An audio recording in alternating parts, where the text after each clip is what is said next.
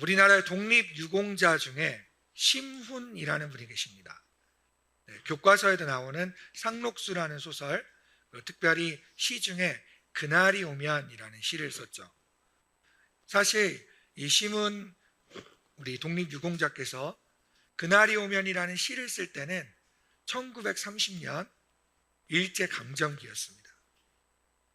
조국이 독립되는 것, 대한민국이 일제의 압박으로부터 해방되는 날을 간절히 바라면서 이 시를 썼는데, 안타깝게도 이 심은 독립유공자 분께서는 1936년 해방되는 것을 보지 못하고 장티푸스로 소천하셨습니다. 얼마나 뜨거운 마음으로 조국의 해방을, 그리고 그날이 오기를 기대했는지 그것을 그림에 쓴 시가 바로 그날이 오면이라는 시입니다. 시를 한번 같이 읽어보고 말씀을 전하면 좋을 것 같습니다. 그날이 오면, 제가 혼자 읽겠습니다. 그날이 오면은 삼각산이 일어나 더덩실 춤이라도 추고 한강물이 뒤집혀 용소 숨칠 그날이 이 목숨이 끊기기 전에 와주기만 하량이면 나는 밤하늘에 나르는 까마귀와 같이 종로의 인경을 머리로 들이받아 울리오리다. 두개골은 깨어져 산산조각이 나도 기뻐서 죽사오매 오히려 무슨 한이 남으오리까. 그날이 와서, 오 그날이 와서 육조 앞 넓은 길을 울며 뛰며 뒹굴어도 그래도 넘치는 기쁨에 가슴이 미어질 듯 하거든. 드는 칼로 이 몸의 가죽이라도 벗겨서 커다란 북을 만들어 들쳐매고는 여러분의 행렬에 앞장을 서오리다. 우렁찬 그 소리를 한 번이라도 듣기만 하면 그 자리에 거꾸러져도 눈을 감겠소. 아멘 하시면 안 되고요. 네, 독립운동을 했던, 일제 치하에 있던 독립유공자였던 이 심은 청년이 정말 애끓는 마음으로 독립이 될 그날을 기대하면서 써냈던 시입니다. 저는 이 시를 볼 때마다 한편으로는 부끄러움의 감정이 제 안에 몰려오는 것을 느낄 수 있습니다. 나는 과연 예수님이 오실 그날을 저렇게 애절하고 간절하게 정말 내 몸을 다 바쳐서 너무 기뻐서 온몸을 뒤흔들면서 뒹굴면서 기뻐할 정도로 간절히 고대하고 있는가? 또한 예수님이 오셨던 그 순간, 우리를 위하여 복음을 전해주신 그 순간에 나는 정말 아직도 저 기쁨으로 간절히 바람으로 그 기쁨을 간직하며 살아가고 있는가? 그런 질문을 저에게 되물었을 때 늘 부끄러움을 느낄 수밖에 없었던 것입니다. 사실 나라의 독립을 위해서도 그렇게 간절히 고대하고 그날을 기대했는데, 오늘 이사야서에 나오는 그날은 한 나라의 독립 정도가 아니라 온 세계 열방이 하나님 앞에 회복되고 온전하게 되는 그날을, 오히려 어쩌면 이 독립유공자였던 시몬 선생님보다 훨씬 더 간절히 고대하고 기다리며 뜨거운 마음으로 이사야 선지자가 쓴 그 열정의 기록 중 일부분이 오늘 본문의 말씀입니다. 과연 이사야 선지자가 썼던 그 날은 어떤 날이었을까요? 그 날이 오면 무슨 일이 벌어질까요? 오늘 성경 본문을 통해서 그날 일어날 일들을 함께 알아보길 원합니다. 그날이 오면 첫 번째로는 총명의 회복이 일어납니다.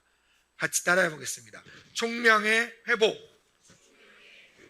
그렇습니다. 하나님께서는 오늘 본문 바로 앞에 나오는 이사야서 29장 11절에서 14절 말씀에서 이렇게 말씀하십니다. 너희들 이스라엘 백성들이 입으로는 하나님을 가까이하고 입술로는 하나님과 함께한다 얘기하지만 너희 마음은 온전히 나를 떠났다. 그렇기 때문에 내가 지금부터 너희들에게 정말로 기이하고도 기이한 일을 벌이리라 라고 말씀하십니다. 하나님께서 말씀하셨던 기이한 일은 무엇이냐면요, 바로 총명을 가리우는 일입니다. 우리가 생각하는 총명은 머리가 똑똑해서 잘 기억하고 사물을 잘 이해하는 이런 걸 총명이라고 생각하지만, 하나님께서 말씀하시는 총명은 약간 의미가 다릅니다. 총명을 어떻게 가리우시냐? 그를 알더라도 하나님의 뜻을 눈이 가리운 것처럼 깨닫지 못하는 일이 벌어질 거라는 겁니다. 하나님이 말씀하시는 총명은 말씀을 깨닫는 능력입니다. 여러분, 사실 이스라엘 백성들이 신앙생활을 하지 않은 것은 아니었습니다. 그들도 여전히 성전에서 제사도 드리고 예물도 드리고 기도도 하고 명절도 지키고 겉으로 보기에는 흠잡을 것 없는 신앙생활을 이스라엘 백성들이 하고 있었습니다. 하지만 그 이스라엘 백성들의 문제가 뭐였냐? 바로 마음이 하나님으로부터 떠나 있었다는 겁니다. 우리가 신앙생활을 아무리 열심히 해도 우리의 중심이, 우리의 마음이 하나님으로부터 떠나 있다면 하나님은 총명을 가리우십니다. 총명을 가리우면 어떤 일이 벌어지느냐? 말씀을 읽어도 말씀이 무슨 뜻인지를 깨닫지 못하고, 설교를 들어도 마음에 감동이 없고, 내가 하나님께서 일하시는 일들을 바라보아도 그 하나님께서 어떻게 역사하시는지를 영적인 눈으로 바라볼 수 없게 되는 일이 벌어집니다. 하나님은 마음이 떠난 이스라엘 백성들에게 이러한 심판을 내리셨습니다. 하지만 바로 이어서 하나님은 다시 약속하십니다.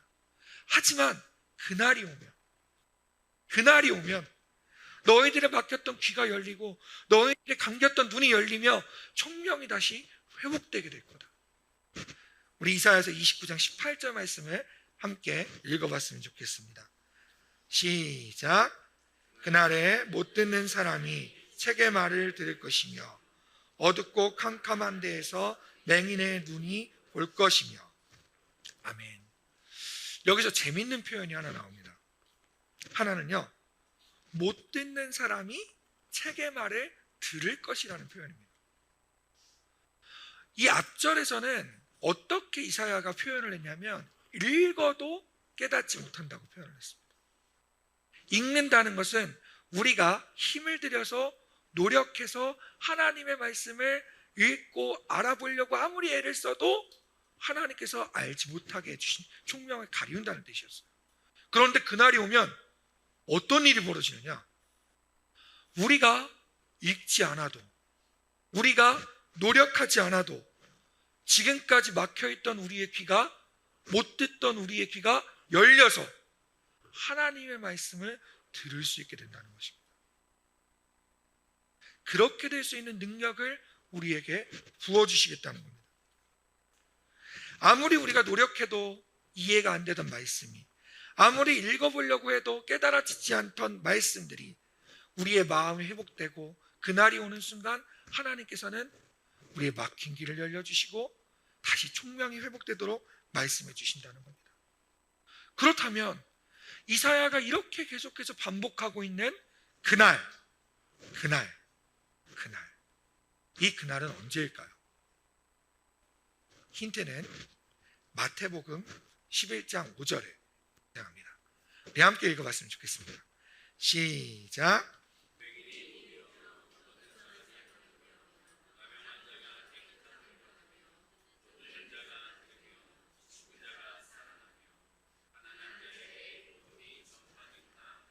아멘.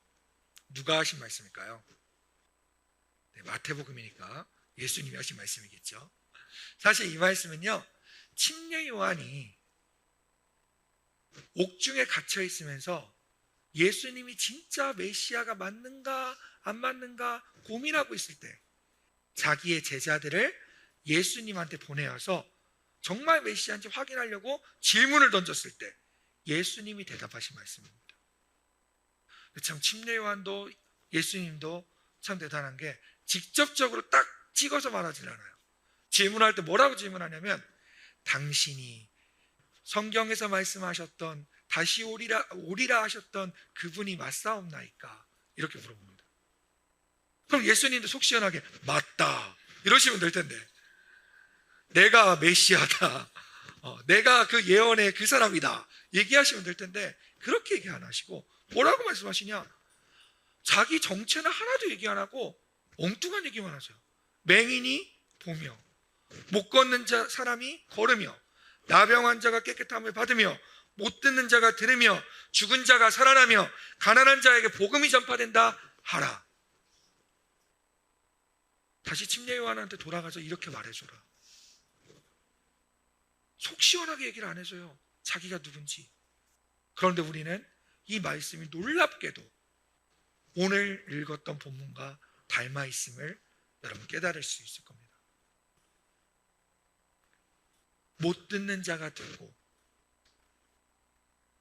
캄캄한 맹인의 눈이 보일 수 있게 되는 그날, 바로 예수 그리스도께서 이 땅에 오신 그때부터 그날이 시작되었습니다. 하나님으로부터 멀어졌던 우리 사람들의 마음, 황폐해져가는 그 인간들을 회복시키기 위해, 그들을 구원하기 위해 하나님께서 직접 사람의 몸을 입고 우리와 함께 오신 그분, 예수님께서 오신 그때부터 바로 이사야가 그렇게 간절히 기다리던, 구약시대 사람들이 그렇게 그토록 사모하던 그날이 바로 시작된 것입니다. 여러분은 이미 그날의 은혜 가운데 살고 계신 분들입니다. 아멘. 예수님은 우리의 마음을 변화시키시며 성령님을 보내주셨습니다. 성령 하나님께서 하시는 역할이 무엇입니까?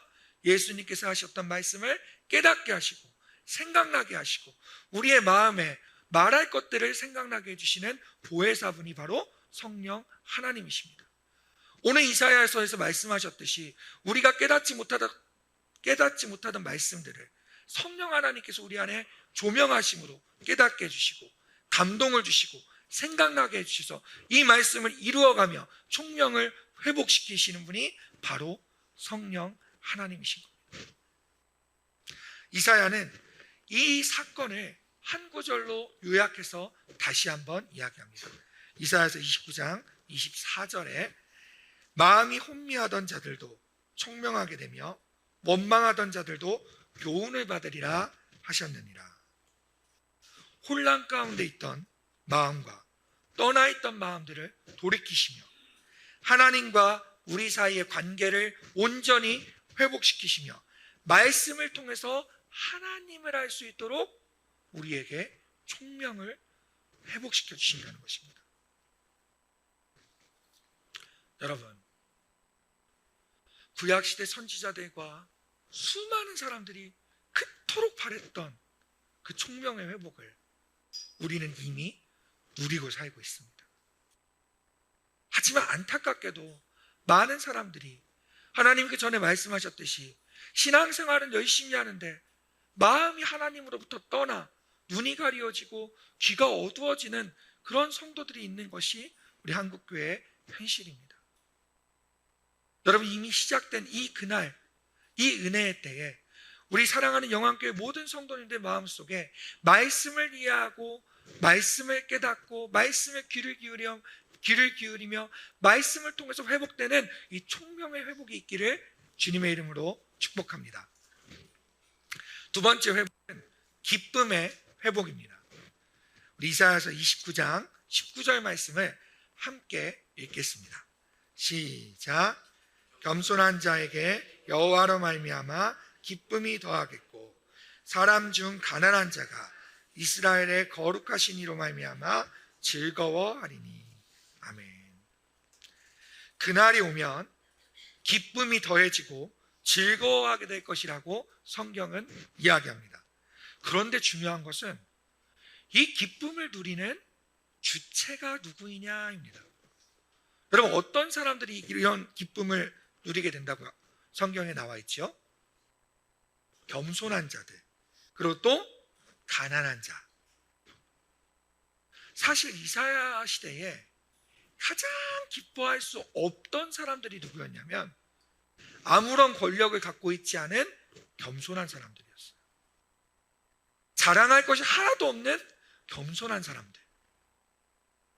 그리고 가장 기뻐할 수 없던 사람들 중에 하나 또 누구였냐면 아무런 부와 아무런 재산도 갖고 있지 않았던 가난한 사람들이었어요. 세상 사람들이 보기에는 도저히 기뻐할 수 없고 도저히 즐거워할 수 없던 그런 사람들에게 그날이 오면 기쁨이 더하여지고 즐거움이 찾아올 것이라고 하나님은 말씀하십니다. 하나님이 바라보시는 가치의 기준은 세상이 바라보는 가치의 기준과 전혀 다릅니다. 하나님은 세상의 높은 것들을 낮게 만드시고 낮은 것들을 높게 만들어 주시는 분이십니다. 오늘 이사야서의 17절 말씀도 그 하나님께서 하시는 역사의 부분을 생생하게 전달하고 있습니다. 오래지 아니하여 레바논이 기름진 밭으로 변하지 아니하겠으며 기름진 밭이 숲으로 여겨지지 아니하겠느냐.